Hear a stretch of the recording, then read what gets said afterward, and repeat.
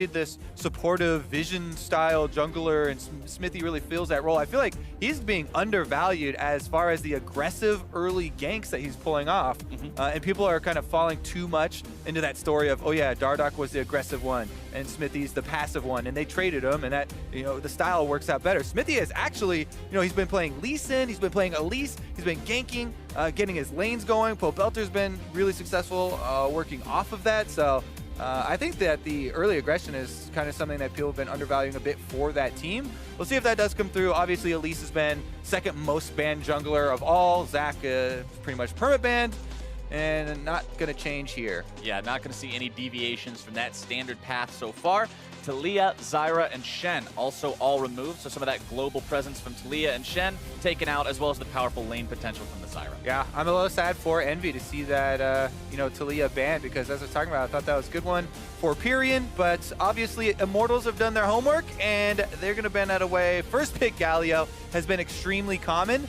Could, go in the mid lane as well. I really like that it's so flexible. Could go mid lane, technically could go support as well, as we've already seen that. So a little bit of flexibility still there in the opening round. Immortals made their first pick very quickly. Envy's going to respond with an equally fast first couple of picks, grabbing the Karma and the Varus for themselves. We might see a Caitlyn come out from Immortals side then, as Karma and Varus is still an extremely annoying lane to deal with. As far as the trends that we've been seeing, where people are, trying to use more playmaking supports and that nature, but it looks like they're actually still going to go with it. Xayah, the first half has been locked in here for Immortals. Not going to go with the safer Caitlyn for the long range, but there is that Lee Sin for Smithy, which has been, pretty crucial for the early playmaking. Also, it's always a good takeaway from Lyra, as we've seen, Lyra's highlight plays on that champion. Lyra, an absolute monster on Lee Sin more often than not, but this game he's going to be playing the Nidalee. That's the final pickup for Team Envy in the first phase of this draft. Now we're into the second part of the bans, and the first thing Envy is going to do is mess up the lore for Immortals, ban Rakan away. He can't go bottom lane with Xayah, disable some of that playmaking ability. Yeah, that was one of the first things that people were hypothesizing when, the talk of a duo champion release even came up, was like, oh, with the two sets of ban phases, we've got 10 bans in the game now. Probably people will ban away the other half of that duo if they see the first. But it's not necessary. Obviously, Thresh and Bard, and there's a lot of playmaking supports that can go with it. Still on the table. Bard is banned, though. We did have Bard banned first ban phase. So not him specifically, but I've actually... Different table. Bard is on the ban table. Different table. There's more than one table in the room, Kobe. Sometimes you got to have a few of them. But I was actually talking to Zyrene earlier, and he was telling me how Blitzcrank picks and bans are starting to be a thing. So maybe, outside of FlyQuest. We have seen a couple of Blitzcranks in other regions, but not showing up quite yet here. Olay is definitely one of the more offensive, playmaking-oriented supports that we have in the league. He's already got 2 of those Bard games to his name, but could very well just be him going back to that protection. Lulu has made it through, even though Karma was taken away, so that's definitely an option if they want to go a little bit safer. But anytime you see Xayah, you like to see a little bit more playmaking. Meanwhile, though, I kind of want to go back to Lyra's pick of Nidalee, because it's such a rare pick. Right. And you see it a little bit like Cuz from Longju in Korea. Pretty famous for it, especially for solo queue and stuff like that. But Pyrian's really the only guy in North America who's pulled out, and it's been like this hybrid, Trinity Force melee style. Nidalee, Captain Flowers, by the way, right now has the biggest grin on his face due to the Blitzcrank. Holy crap, I called it! And so happy. You're a genius! We did it, Kobe! Playmaking definitely going to come through here for the bottom lane. We'll see how well they can do as far as lane phase does go, though, because it does require kill pressure. So maybe Smithy's pick of the Lee Sin will want to threaten at least the bottom triangle of the map rather than go up there and help Galio. Galio's a pretty good farming tank. You can leave him by himself. Yeah. And it looks like right now the early game plan of Immortals will be Smithy working around mid lane and bottom lane, kind of the bottom triangle. Whereas Team Envy have locked in that Jarvan for Sarah from the top side to see if he can get some of those kills. People do like the armor penetration and kill pressure that he can have on Galio. I was talking to some people in the office the other day about the Jarvan pick and why that's popular and one subject that came up is against squishier targets, you can do so much damage that you burst them and just really scare them out of lane. Against tankier targets, you have armor shred, you can deal with them adequately, so he can just respond to pretty much anything that's thrown at him. Makes him pretty versatile. Oh yeah, what's he got for the range matchups? They're gonna... You have a big stick with a point on one end of it, and you poke him with it. Good answer. We'll see if he's gonna be able to poke Flame, as it's probably gonna be the Grasp of the Undying, Jarvan, and some people initially, when the W shield was buffed, were maxing that first, which seemed like a bit of a knee-jerk reaction. I still think that maxing Q is better, and you can weave in some points in W early on, but we shall see here as far as how aggressive Seraph wants to go. And Jarvan does have some insane AD ratios on his abilities. Both the Dragon Strike and the Cataclysm just have this ridiculous scaling, so you've always got to be looking at that combo potential. Now, Olay also on this Blitzcrank, he has a lot of good opportunities this game to pull some value targets. I mean, you don't have an exceptionally tanky jungler in the Nidalee. You can build tank, but it's not like it's a Gragas or something like that. You don't have a tanky enemy support. You've got a Karma, so plenty of good pull targets if he can land those. Yeah, Karma is definitely a speedy one.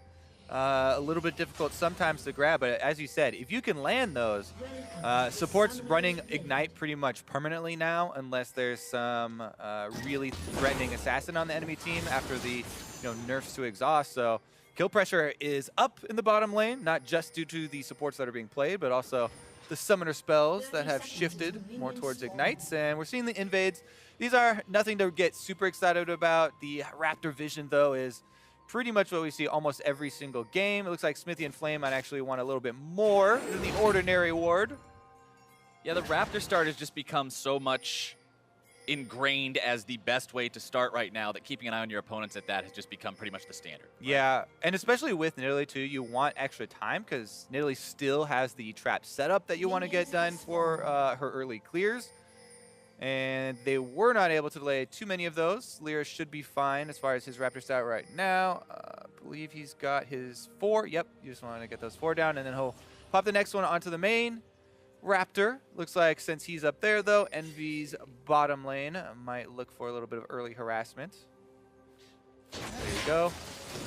Not too crazy. The Envy bottom lane does hang around that tri-brush just in case, but considering Olay and Cody aren't going to be walking near that, they decided to just head back, make sure they don't lose any of that presence in the lane towards the wave early on. Smithy starting off with the red. Lee Sin's one of those junglers that doesn't have the best time starting at Raptor. It's actually a pretty common start for him to start at Raptor, so this makes me think that Smithy has a plan in mind, starting off with his red. Maybe he'll go for the early level 3 double buff. And it looks like he's just going red to blue right now, so it might even be earlier than that as, Jarvan, it is a good matchup into Galio early on, and he can be aggressive. Whoa. But if you're aggressive that early on, holy moly, where are the Envy fans? I have no idea, but if they're anywhere, they're not voting right now. 90% feel that Immortals is walking away with the win from this one now. I mean, we did talk about how Envy spent the entirety of Spring Split at the bottom of the standings.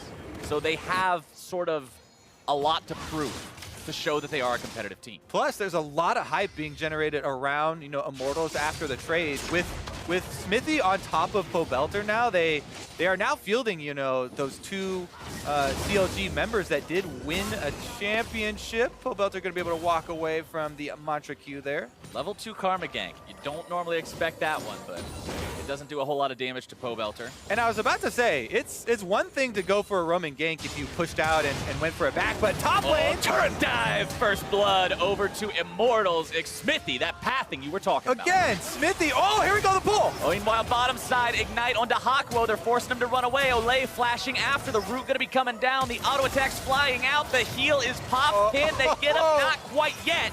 Apollo now trying to turn this one on its head. Cody's son going to be forced to run, trying to get away, but it's not going to be happening today.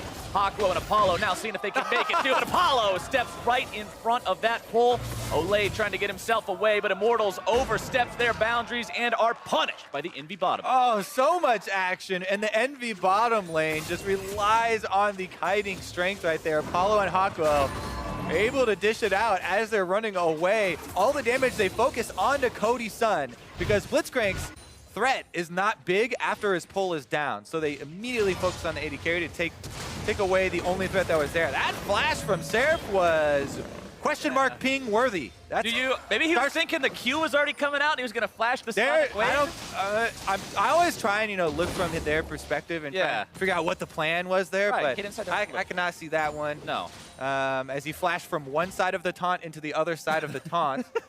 And you're flashing hoping that your opponent is bad enough to cast the Q too early. Yeah, I guess. Well, anyways, Flame was able to get that taunt off, and the thing that we wanted to highlight, though, Smithy and his early plays. I feel like he's been underrated for them. He's pulling them off consistently, and he was able to get that kill down before the bottom lane died. So Immortals did get first blood bonus. Meanwhile, Lyra's going for the invade, and he's got a level up.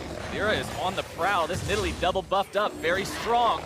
Backing himself away now, doesn't want to go any deeper, even though Hakuo's here just to make sure he doesn't get in too much trouble trying to flex muscles like this.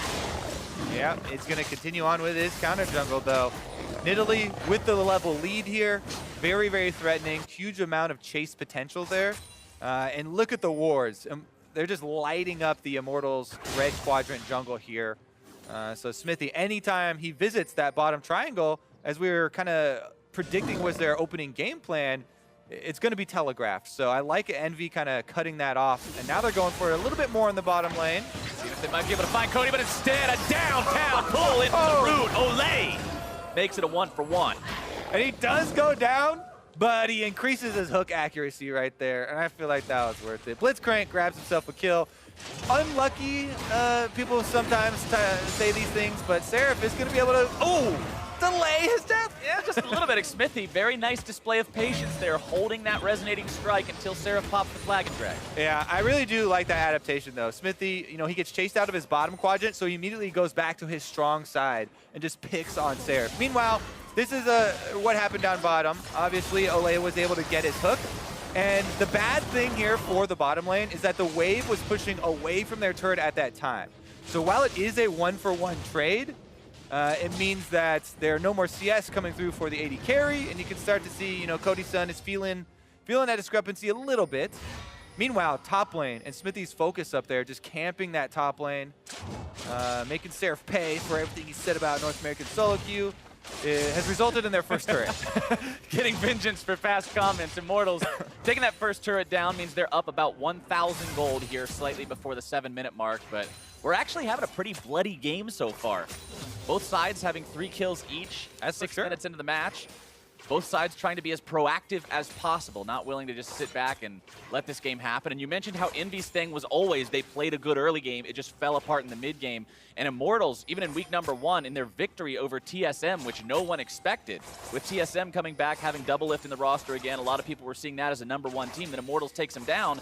It's because they just outplayed them. They looked like a better team. Yeah, the playmaking is definitely still staying true for Immortals. The other thing that we're looking for from them is, all this praise that's going over to Smithy and his, great game sense. This is going to be a good test of that because if, as you're saying, people are used to getting those mid lane advantages over EnVy and using those mid game objective trades, Immortals should look to do a very similar thing. They already have the turret lead. And now they're trying to protect their bottom side while Flame is up top. No teleport available and out of range for that Galio ultimate. Seraph is going to go answer it, though. So the threat of EnVy trying to make a 5v4 happen on the bottom side seems to be outlived here. I mean, Seraph's got a potion, a sword, and a call in his inventory. So he's not exactly a big threat anywhere just yet. Kind of walking around with a hodgepodge assortment of items there. Flame, he doesn't have anything completed yet either, but it looks at least a little bit more clean. And he is Galio, right? Tanks come with a pretty high baseline of effectiveness as far as the early game teleports come.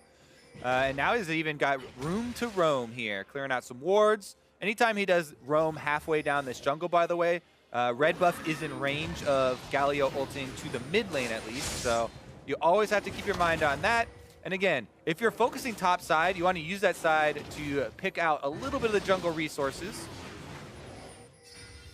That's going to be a tall order, though. The defense coming in from EnVy as Immortals brings multiple bodies up here to maybe contest this. Everybody thinking about it. Flame drawing it back into the brush again. Smithy and Quobel as well. Spear comes in, ball comes in. Nobody wanting to be the first to pull the trigger. Xfinity gonna be going in, makes the kick, and there comes Flame crashing down. Period gonna be taken low, the taunt out and down. Hakuo bursted through first, Shockwave only finds its way onto Flame now. We've got Olay into the mix, Lyra is done. It's a 2-for-1 so far. Pobelter with the flash over the wall as Xfinity is right back in there. Seraph looking to grab the stab and he takes him out now. Can he get himself away? Olay being chased down. It's Immortals who have to be careful. Seraph, limited mana, backing off. Ooh, and they get the 2-for-1 here. Even though the red buff does go down, Seraph gets a little bit of revenge for himself. And now he's even got some time to push out the wave. Take another look at this because, as we said, the extra man here was coming from Envy. Never mind, root landed. Uh-oh. All right, see ya. Apollo makes a pincushion out of Pobelter, hitting him with the chains and the arrows and all sorts of damage. It'll be his first death of the game. Apollo's third kill, putting in work on this AD carry pick. Yeah, just kind of walked up slowly and hit him with the chains of corruption. He just walked at me menacingly, and I didn't know what to do. I had to get out of there, but by the time he tried, it was too late. Pobelter gets himself solo killed, and all that extra gold is going to help Apollo get to the point where he can potentially carry this game. Cody's son forced back by Hakuo here in the bottom side. 73 to 87 farms, so along with that 3-kill advantage that he has, Apollo also farming better than his counterpart. Yeah, I mean, the pace of this game has been extremely quick, and it's turned back in Envy's favor because Immortals were actually a bit ahead of themselves, right? They had this advantage in top lane, but they went for the invade on the red quadrant without their support roaming up. Olay was on the way to the top side when they were prepping that play, but because he wasn't there, Oh, okay, he did flash. He did not walk at him mid. He walked slowly after he flashed. Right, so there was still walking slowly, but there was another important element in there as well. All right. Credit due to Apollo there. Yep, we got it. This guy has been one of the consistent North American LCS AD carries. Able to get himself a kill on Pobelter there. Lyra still on the warpath. Wants to retake vision control here on the red quadrant and see if they can revisit their earlier strategy of taking down the bottom lane here. I love watching junglers like Lyra that always want to be aggressive, always want to get into enemy territory, invade, control the space and the vision. Olay now in some trouble. The shockwave gets him all the way out of there. See in about 15 seconds as Envy now with 4 men bottom side pushing onto this turret, looking to equalize that objective count. Well-planned little skirmish there from Lyra Empyrean. Shockwave, he already had started casting it because there is that small delay during the leap. Able to get that knockback there as soon as he landed, and Olay had no chance. Meanwhile, though, Immortals are still going to trade a decent amount of damage, if not the whole turret. Looks like Seraph might come around for a little bit of a sneak. He's got to be careful, though. Tyrion manages to hold them off long enough to keep the turret in fair enough shape. A little bit below half HP as Hakuo and Lyra also nearby in case this would have turned into anything a bit more sketchy. 2 kills on the mid laner for Envy, 3 kills on the AD carry, so a lot of the money right where they want it. You can see Blade of the Ruin King just now completed fully for Apollo. So that means he's going to have that much more threat in these fights. As Smithy coming around from behind gets the kick on Tyrion into the follow-up. See you later. Spear over the wall does not connect. Seraph trying to jump in, finds a nice AoE Cataclysm. Xfinity taken low, taken down. Follow-up on the Seraph, not going to be there. Pobelter now having to escape, tosses out the orb.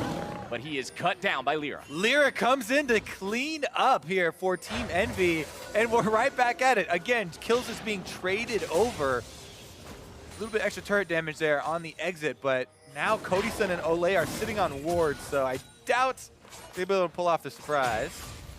Lots of sweepers coming out on the side of Envy as well. 3 different ones. Here's a replay. Smithy coming around from behind. All right, Smithy coming in. A little bit of a alley-oop here from CLG, ex-CLG member to ex-CLG member. He was barely able to dodge that spear, but it doesn't matter because Seraph completes his teleport, gets in for that Jarvan burst that you were alluding to before, and Lyra is able to land the second spear for his kill onto Pobelter. Lyra now 2, 1, and 3 on that Nidalee. Like I was saying, the amount of sweepers on the side of Envy wanting to make sure that they can clear out any Immortals vision and just take control of that game. They've only got 1 sweeper on the side of Immortals, and it's the baby one, not the level 9 one. And it's only on Olay. Everybody else still rocking the warding totems, so. Meanwhile, objectives, still the neutral objectives there, at least. Rift Herald and the Mountain Drake have not taken part in this bloody early game that we've seen so far. pretty much everybody just looking for the kill advantages so far. And look at that. That control ward doesn't actually see that NB ward in that river brush because they're on opposite ends of the brush. That's why almost always you'll see people ward the mid 70% of that mid lane brush right there, because the range of the wards was reduced when they were changed from pink wards to control wards, but Smithy walks into a trap! Like Smithy finding himself in a 1v3 situation that he's not getting out of anytime soon. Activated! Seraph taking the kill credit, and that was highly unlucky for Smithy. Yeah, the upper red quadrant of the jungle has been a bit of a catch there for Immortals, and Smithy specifically. Some extra kills going over, and EnVy are starting to pull away. Olay just camping out on this ward that he has no idea is there. Now he's going to have an idea. All right, now he probably realizes something is up. Zero moves in. That's going to go bye-bye. EnVy maintains that vision control. 2,000 gold lead for these guys, 15 minutes in. Still no Rift Heralds, still no Drakes. Man, it's actually kind of impressive that EnVy, even though they got behind versus a team that has the Galio, that had the Galio ahead, they didn't give away any cross-map pressure. They were able to defend their own jungle multiple times, get counter kills off of all of Immortals' aggressive moves, and now they're picking up the Mountain Drake that they've spent, maybe a good 5 minutes of warding so far in the game in this area, and finally it is able to take its toll on top of this gold lead. This is kind of your classic EnVy that you're remembering from Spring Split. But also, Spring Split EnVy, a lot of games, Kobe, look good at 15 minutes. Let's see what they look like come 20 minutes, 22 minutes, 25 minutes. That's when the worry factor started coming in for EnVy, when they started having those difficulties as we got into the mid-game. If they can hold on to that, shore up those weaknesses, then they can truly evolve as a team in summer. But Immortals looking to not allow that to happen as they nearly secure the Rift Herald for themselves. Just a little bit more damage will do it. We'll have to see how they can use that successfully, because we didn't see a great use of Rift Herald in the previous series, in the first game. Yeah. Phoenix 1 managed to get that against Cloud9, but that's all they got, and it just kind of summoned and died. It was pretty sad. So maybe Immortals can get a little bit more out of that. Yeah, I really like it when you can set up a gank right after you're able to get the Rift Herald. Top side, though, is the focus from Team EnVy, as the Immortals are looking like they're not even really sending extra members to get into position. Pobelter is walking around through their own jungle, but EnVy have to watch out for a Galio backed up initiation. We saw a little bit of a preview of it, where Smithy went for the little insect play inside the jungle, and Galio ult was on top of him to try and make it more threatening, but that is the type of play they're looking for. One ultimate down as Apollo threw out his Chains of Corruption. Galio is so strong when you have a diver on your team. Somebody like Ahri who goes into the back line, Galio can make that person way, way harder to kill and jump in there and help him disrupt. It can be a ballistic missile into the back lines, which is very, very difficult to deal with. Yeah, you need multiple parts, right, working with him. Either the Ahri or the Lee Sin. In addition, if you make the call to go for that play after a Blitzcrank hook lands, then you're guaranteed commitment into that sort of fight.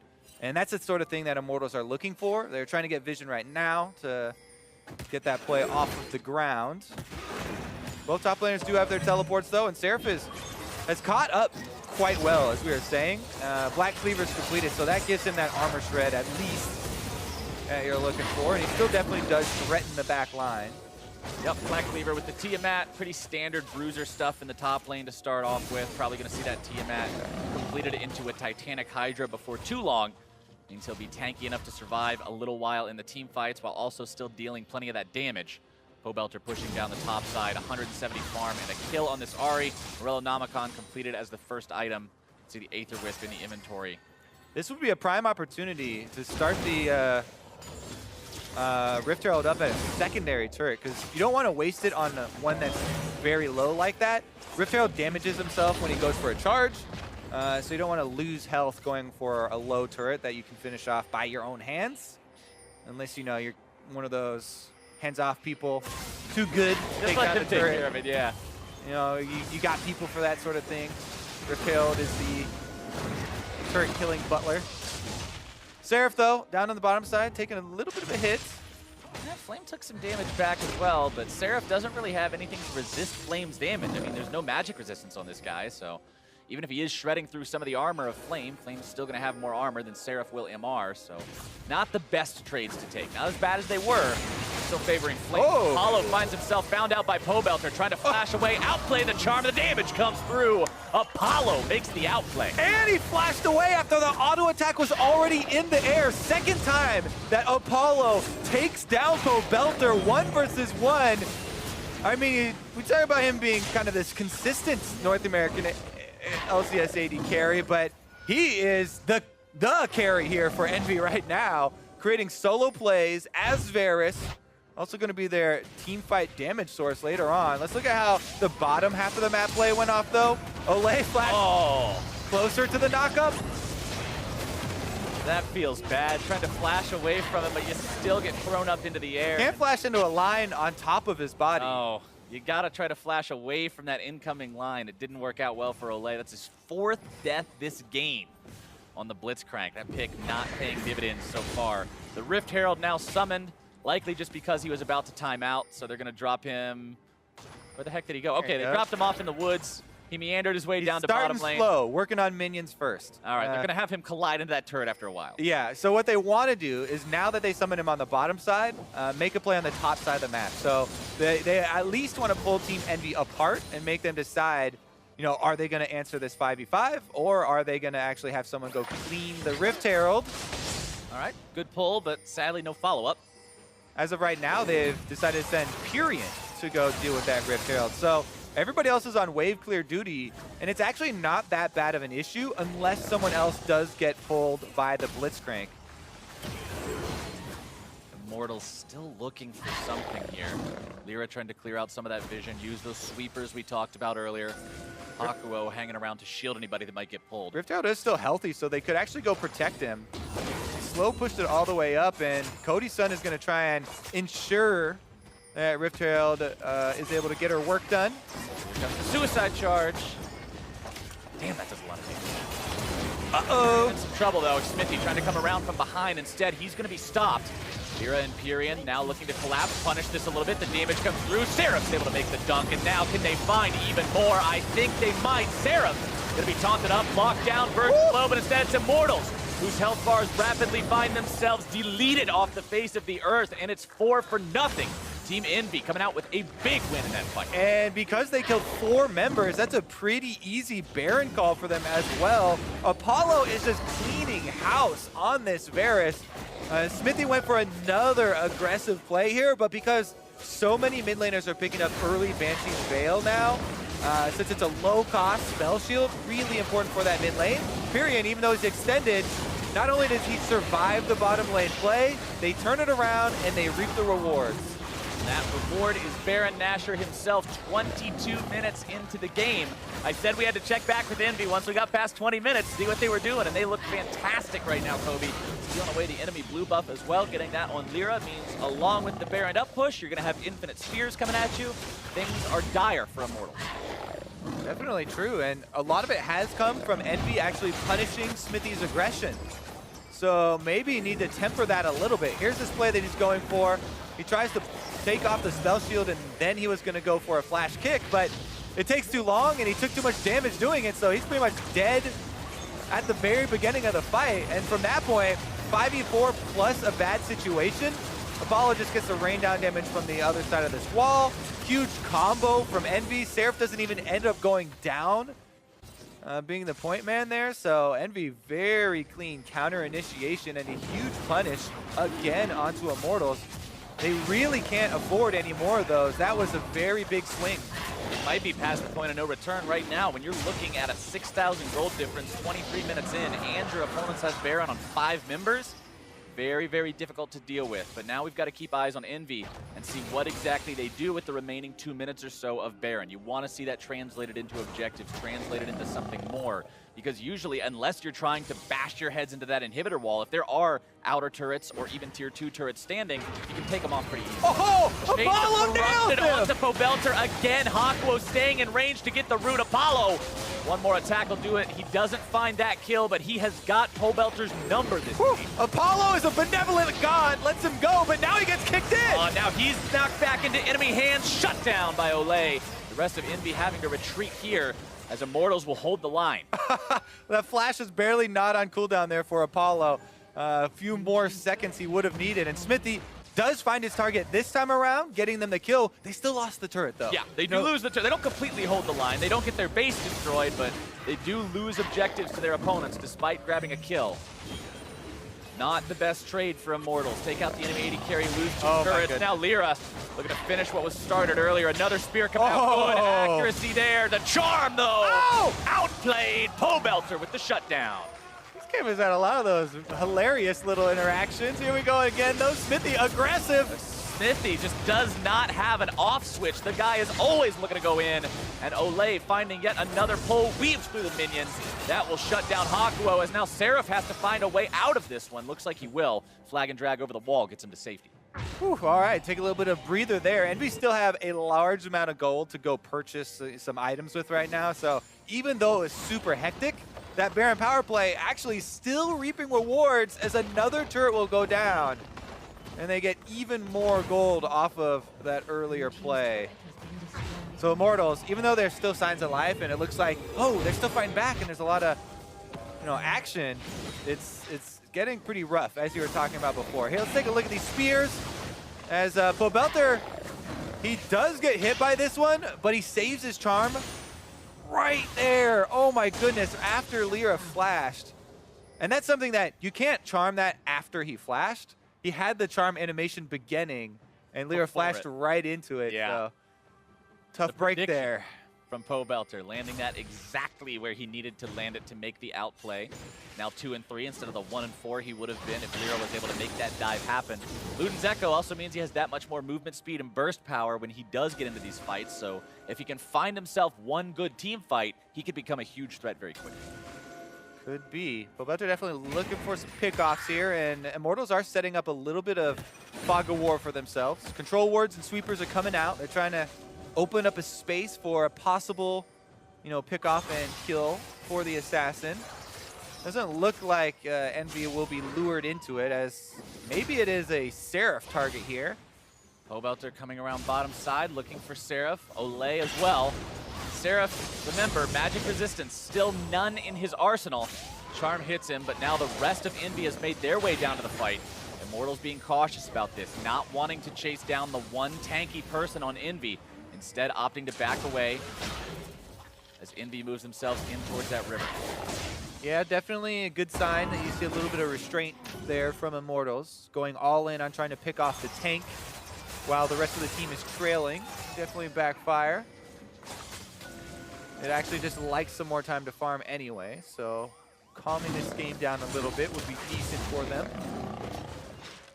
No Essence Reaver on the Xayah this game. Previous games, you usually see a lot of people building that Essence Reaver on her first. Cody Sun opting for the Infinity Edge instead, meaning he won't have the cooldown potential that the Essence Reaver offers, but the damage is going to be that much more extreme if he can get those big crits in the team fights, and we know what late game Xayah damage output can look like.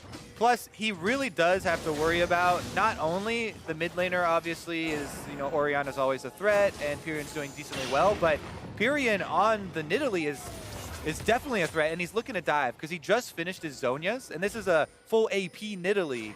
So Hex Drinker pickup there from Cody Sun adds a little bit more safety on top of the ultimate. You can't always just rely on your ultimate being able to dodge things, so does have that extra small little shield. Yeah, sometimes you do see the Nidalee builds go with something like an Iceborne Gauntlet or just a couple more tanky options, but not Lyra. He wants to make sure that those spears are going to be chunking people from start to finish. Yeah. Well, Lyra himself was the one who was doing like Trinity Force in spring, and he's been all over the place. This time around, though, definitely hugely threatening as far as if he lands those spears. Now Immortals still down 6,500 gold. You've got Infernal Drake coming up in a minute. You've got Baron in 45 seconds. EnVy, for a team that has that kind of a gold lead, Kobe, doesn't look like a team that has that kind of a gold lead. They seem to be happy just hanging out, farming up, and waiting for one of these objectives to fight over. Well, they're trying to clear out that vision. Some respect being paid to the Blitzcrank and Ahri possible pick. So it looks like they're now calling for the play, and he nails another one. And a corruption again from maximum distance. Apollo finds his way to Cody Sun, whose ultimate is forced out. Seraph now trying to find the opportunity to get in there, maybe dunk someone.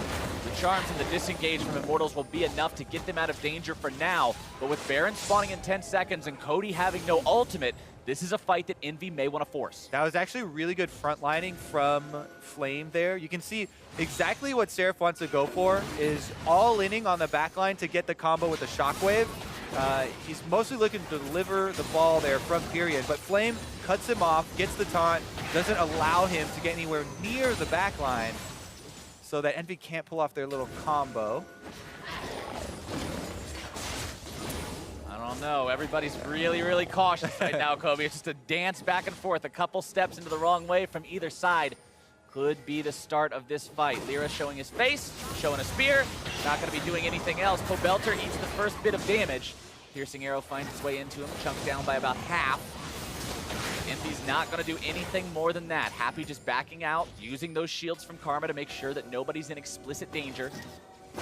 Infernal Drake is also up. So the option for Immortals to actually just defend if the... Oh, never mind. They're just sticking around here in the mid lane, throwing skill shots at each other. This is a sideways A-Ram. You're not even going towards your own base. You're going towards the different halves of the river in an A-Ram, but now EnVy has decided to pull the trigger, rush down the Baron, and they are doing it real fast. I mean, it's a double Mountain Drake, so like you have to make the call so early if you want to even try for the Infernal. Now that they're going for the Infernal after they heard the Baron call, they're going to burn it down, but Immortals, the EnVy are happy to use this Baron buff to come for a push. Look at the bottom inhibitor turret for Immortals right now. It's almost dead, and the minions are moving up that way. So right now, Team EnVy are pushing up mid, and they can easily rotate down there to open up the base. A lot of times you don't like giving away an Infernal Drake in a game, but EnVy seem to be content with giving away that one in exchange for the pressure that they got around the map as well as the Baron. Now it seems like everyone's backing off at the same time, regrouping, buying, making sure they're ready to maybe have a base-breaking push here. There are still tier 2s up in the top and middle lanes they'll have to get through, but that bottom lane, like you said, that's the vulnerable option here. Trying to push that wave out as quickly as possible because here come the Baroned up lines of minions. EnVy should just 4-1 right now. They don't really need to have any more of a split than that. They've got Baron buff, and Seraph is relatively safe. He's got his own flash. He has his own teleports. So he's definitely a viable split pushing option here versus the Galio at this stage. Plenty of damage that he can actually threaten Flame pretty effectively. He's level 18 compared to 15 for Flame right now, which is pretty insane considering the early start that Seraph had. Remember that he does have that Black Cleaver, so all that armor that Flame is stacking, each point is just worth that much less in terms of gold efficiency compared to his opponent. Just makes it that much harder for him to be effective against Seraph in that split push. And I mean, Dragon Strike also has the armor shred on it, so Seraph's got plenty of ways to deal with Flame in that 1v1 situation. The rest of EnVy just kind of happy setting up shop here in the jungle, blocking off those paths for rotation for Immortals, preventing them from moving back and forth between these lanes. Spear's going to keep coming out during the siege as well. Cody's son has to be careful not to be too far forward. They force out the ultimate, they take down the tier 2 turret, and EnVy continues pushing closer and closer to a win. All right, top lane's pushing. Oh, Olay goes for it, but he doesn't find the pull, and now this could be a disaster for Immortals. As EnVy re-engages, Xmithie into the backline, going to be chased away. Pobelter rooted up, blocks down, fading away. The Ignite is ticking, the heal is out, and they're able to grab the kill. A rampage for Seraph. Flame's going to be going down, a double for Seraph. 4 dead on the side of Immortals. EnVy are kicking in the front door. That's it. They're going to win the game. Yeah, Baron buff on those minions means they can easily end this one. EnVy coming out swinging. Seraph doesn't even care. He's got minions, but he's just going to eat a face full of turret all day long. He's got so many tank items, and Team EnVy, 33 minutes in, take down Immortals in game number 1. That has got to feel good for this team, Kobe. EnVy, we already said this was a team that was sitting at the bottom of the standings for the entirety of Spring Split. They come into Summer Split, it's week number 1, they're tied up, they're right in the middle of the pack, and then their first duty in week number 2 is to take down one of the top teams, one of the best looking teams after week number 1. It's like, oh man, can we actually do this? And apparently, Answer's yes. Yeah, in game number 1. In game number 1. And the main thing for me is that they actually did a very good job of reacting to the pressure that Immortals are bringing, because Immortals, very, very heavy focus on that top lane. I mean, they ganked Flame over and over. They were successful in killing him, plus taking that early turret. But Immortals, even though that is a Galio and has a possibility of, affecting the rest of the map, they're able to defend the subsequent invades from Immortals and had multiple good punishments on those invades. It wasn't just EnVy playing very well, it was Immortals also having mistakes and EnVy recognizing every single opportunity to go for giving them that punish, like you said, saying, look, this is a really bad play. We're going to make sure you don't get away with it. We're coming back into the game now. But we'll throw things over to the analysts from here to see what they make of that EnVy win. Thank you very much. Yeah, it looks like Immortals green with EnVy for the fact that this other team got a win. It lines up beautifully. All right, we're going to call it in to do it. And I'm glad that you laughed and smiled and pretended to like what I said. It wasn't fake at all. Of course not. Yeah, so let's talk about this. EnVy, honestly, I think coming in unexpected to win, but a convincing game, I'd say. Yeah, and I think you can say like Immortals might have gone like a little tricky with their draft. Obviously, anytime you take Blitzcrank, you are going a little substandard, though he is coming back in the meta a little bit. We've seen it in other regions with a lot of the mage supports. So real quick then, is Blitzcrank good or not? Right? Like, before you're like, oh, well, Korea's doing it, so it must be good. Like, in meta does not mean it's good or bad. We saw Ray play Jarvan forever, and now Everett caught him for everyone else. So is Blitzcrank good or bad? I think right now it's situationally good. Okay. I like the idea where you, even before they saw all the picks, they at least knew that there were immobile carries in both the mid and bot lane position. You know you're against the Karma, so you have a lot of people over the course of the game that you can potentially pick off. So I like the idea. Fits into the comp decently well. I think if you pick it in the right time, it's fine. Obviously, they lost the bot lane 2v2 really hard, and that kind of crushes Blitzcrank, because from behind, sure, he can keep trying to fish for hooks, but he loses all sort of potential pressure in the lane where when Blitzcrank from ahead can just press W and run at you and scare you off the wave. But if you're ahead against the Blitzcrank, you just pressure him when he tries to do that. As long as you don't pull turret aggro then get stunned for 2 seconds, you pretty much can't lose the lane anymore. Which might have happened. Which, to be fair, might have happened. The Mythos could have come through. So we had eventually seen, we don't have a replay of it, but we had seen that the EnVy double kill in the bot lane at level 2 certainly got them ahead. But we have some top lane pressure, though, that Xmithie was all over the map with. Yeah, it's unfortunate for Immortals that they lost their bot lane that hard, because while that was happening, Xmithie was putting in work on the top side. And during his time on CLG, he actually had really good initial paths and ganks, and a lot of people were attributing that to the coaching staff. But here you kind of see it was Xmithie, because he's able to continue that success on Immortals here, snowballing against the counter pick that Immortals took into, or excuse me, EnVy took into the Galio. Right. And the thing is, when you do that, you have to kind of play around that counter pick a little bit. And Lyra spent a lot of time on the bot side of the map where he was leaving Seraph out to dry a little bit. And that was going to get really scary if things didn't start swinging back their way. There was that skirmish with the red buff that they were able to use to stabilize. And then the bot lane from EnVy starts getting out of laning phase and affecting the rest of the map. Yeah, I mean, we saw several solo kills from Apollo against Pobelter. Because of his lead, he was actually equal level for the one-on-ones, which is incredibly atypical for a bot lane, but obviously did happen here. It is funny, just Apollo as a player, even back when he was Wiz Fusion, the guy was always a big Varus player, and even though Varus is no longer the mandatory pick, it's still so much that he wants to play this champion, and I like that kind of right now you have your options. The Zayas are out there, the Twitches are out there, the Lucians are out there, and he's like, I still like what Varus provides. He does well in it. I think it's cool to see that he has his own style. And no longer building the Blade of the Rune King tier, which drove many analysts crazy. Obviously going for the more standard build. That has become the meta, which you and I were talking is a little surprising, because you think this champion with a really annoying Q harass would be maxing that and building a lot of AD. He actually maxed Q last and has a lot of attack speed, because he can duel and 1v1 people extremely strong when he's that far ahead. Yeah, it was like the EU style from back in the spring split, like in week 1, where you go Ruin King attack speed, and this guy actually did double energize items. I don't know, it's a minor point. We'll get off of Apollo for now. The fight that we really want to talk about with EnVy was actually the 4-0 in their own jungle, where this really kind of broke it open for them. And this is one of the things that we're talking about with the new Banshees build. You heard Kobe talking about you have to break it first. And the fact that it takes that extra time gives Pyrian the ability to get out and then the teleport to come through. They find and turn onto Xmithie. Immortals comp, you get to see some of the strengths here, able to get some good AoE damage down and potentially turn this fight around, but Lyra's going to show up and help put an end to that with the help of Apollo. Going to clean this fight up, as they were already relatively far ahead at this point in the game. A little bit of a desperation play there. Doesn't work out. Obviously, EnVy goes up to Baron after that point and really seals the game. You can see the really sharp, for the first sharp red spike in that graph is that team fight right there, where it was only a couple thousand apart, and then they really broke the game down at that point. It's a nice even damage graph for Apollo at 13k. He obviously did very well for himself. Pobelter, we've been talking about him going and doing better despite his solo deaths. A lot of damage for him as well. He's still been contributing, but again, their bot lane got snowballed on. Immortals rarely actually been losing bot lane now, but that was definitely a bad one for Cody Sun. And that's kind of the case. Is Immortals played decently well. They obviously wanted to play around that top side, and their comp had a lot of things that made sense. The Gallia can follow up on either the Ahri or the Lee Sin's initiation to get involved in team fights. It just was the case where they over-aggressed in that bot lane 2v2. As soon as you hit the initial, hook knock-up and the guy flashes away and you have to chase down for 10 seconds against a Karma, you're probably going to lose that situation. Right, she's got shorter cooldowns than you. You're going to lose the extended trade in that one. So mistakes made, but either way, EnVy capitalized on it. We gave player of the game honors to Apollo for this one. His damage output was certainly very high. There he is on your screen.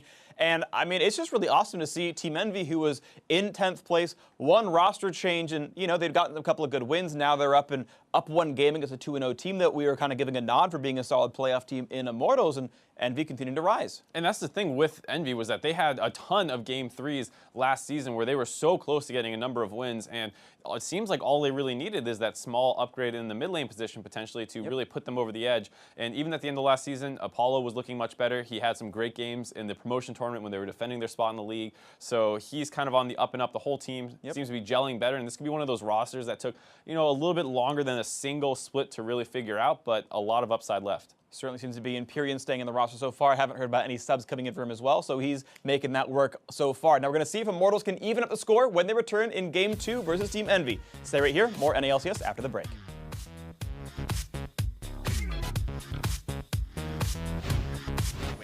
All right, top lane's pushing. Oh, Olay goes for it, but he doesn't find the pull, and now this could be a disaster for Immortals. As EnVy re-engages, Xmithie into the back line, gonna be chased away. Pobelter rooted up, blocked down, fading away. The Ignite is ticking, the heal is out. And they're able to grab the kill. A rampage for Seraph. Flame's gonna be going down, a double for Seraph. 4 dead on the side of Immortals. EnVy are kicking in the front door. That's it. They're gonna win the game.